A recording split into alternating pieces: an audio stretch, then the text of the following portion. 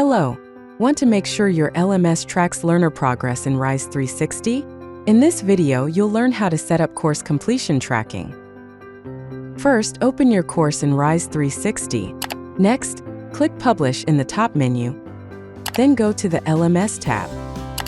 You'll see two tracking options: Track using course completion, Track using quiz result. Choose course completion if you want the LMS to mark the course complete when learners reach the last lesson, or choose quiz result if you want completion to be based on passing a quiz. If you select quiz result, make sure to set the required passing score and confirm which quiz the LMS should track.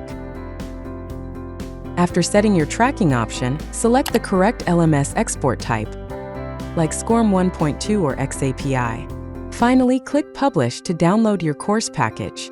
And that's it. Your RISE 360 course is now ready to track completion in your LMS. Thanks for watching.